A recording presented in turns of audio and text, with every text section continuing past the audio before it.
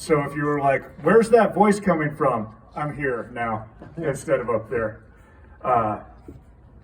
Sure, a lot of people were like, what the fuck is happening? Anyway, having the White Claws sounds like you getting an STD.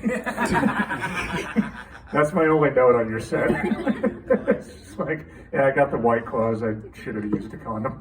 All right. Well, on that note, I guess it's time for your headliner of the evening, because not a lot of comics showed up this week.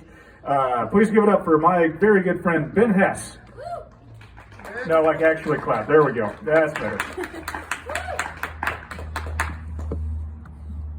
All right, I'm Ben Hess. How you guys doing? You know, I never mean it when I ask that. Doesn't matter.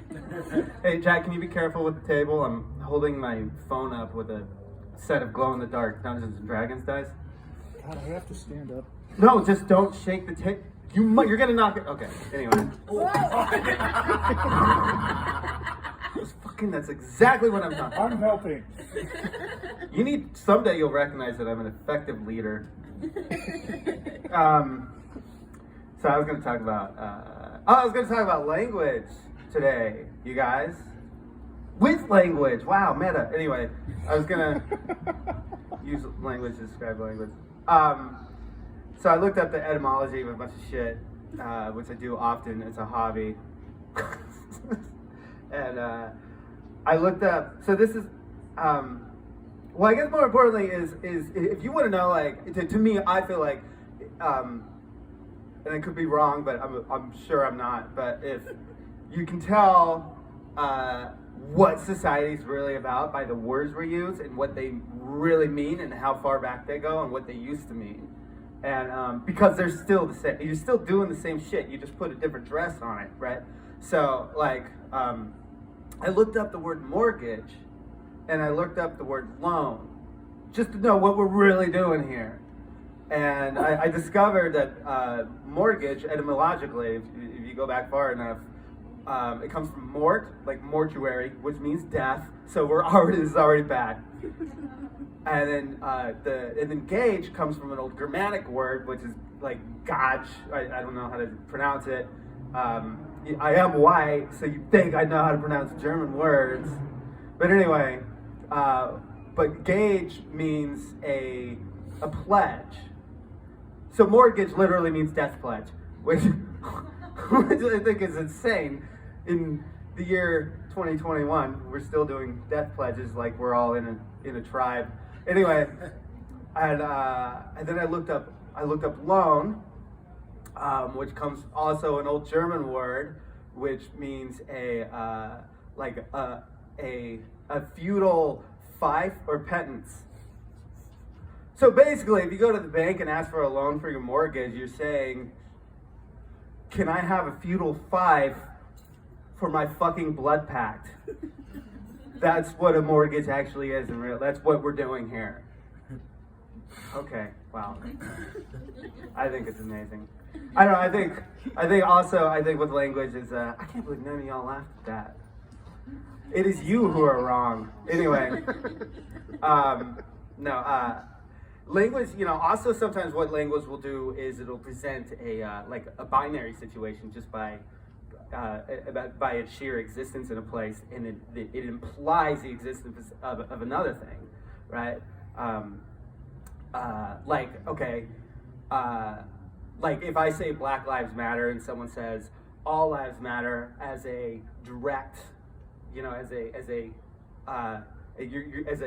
contradiction to it, then you're creating an opposite. It's the 0, 1, and on off. You're creating an opposite to Black Lives Matter. So when you say all lives matter, it's racist. But anyway, right? Because it's just the language. You're the one doing it, But anyway, but you can see, like, one of my favorites is, I think it's nuts when this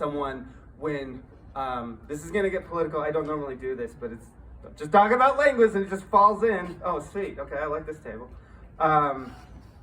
When Republicans trot out a guy, and again, this is just talking about what language does, when they trot out a guy and they say, this one's a compassionate conservative, what are you implying?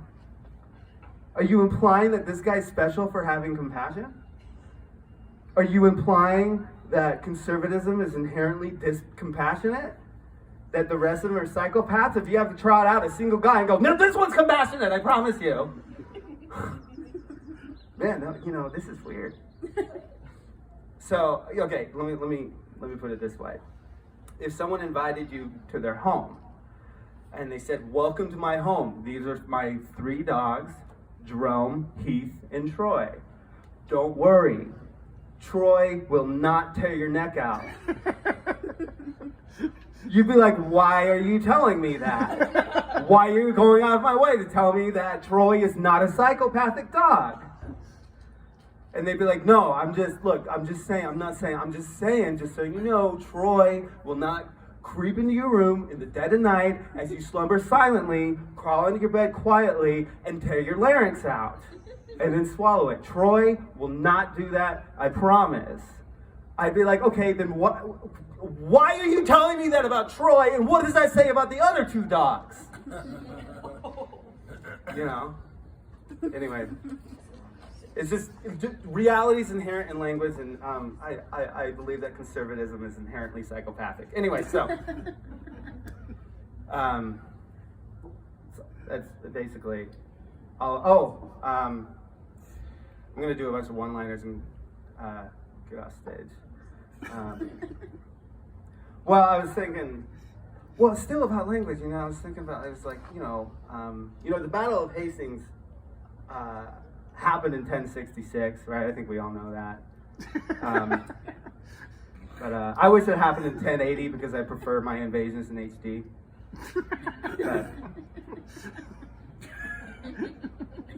That's just a sinker.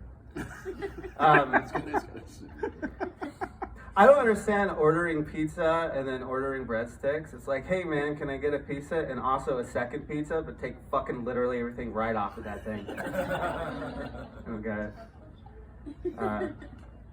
One time I was walking out of the bathroom at a bar and I ran into this guy and he had a shirt that had birds all over it. And I was like, dude, I dig your shirt. And he's like, really? And I'm like, yeah, they all look like they're frantically searching for a cooler shirt to be on. No, he laughed. We were all drunk. It was a good time. It was a vibe. It was a vibe. Karaoke. It's always a vibe. We just got done with the one that everybody sings with. Dustin Diamond is the singer. Not really. That's the guy from Saved by the Bell. He stabbed a guy once. Anyway. All right, I'm gonna do. It's funny because I was gonna. I set my phone up to videotape and all my jokes are on my phone. I'm like, what am I doing with my phone now? So I'm gonna do one more. Oh, here we go. All right. This is my favorite one. So dumb. I know. I need you guys to laugh really hard because I have an ego. No, I'm gonna do 2 really quick. 2. I'm gonna do 1. And then another one. Okay. I'm going to write a book, and I'm going to title it, The Jews Are Responsible. And then when you open it, it's a diatribe on Jewish culture and how they always show up to work on time and pay their bills and stuff.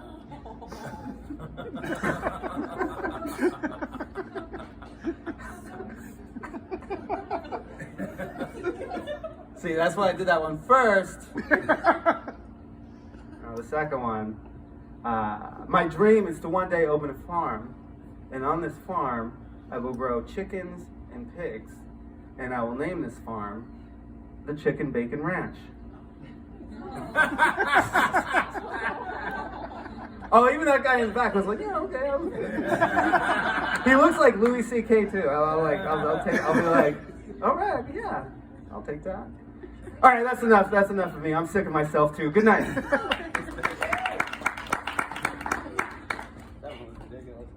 Ben Hess, everybody. What were those dogs' names in that band?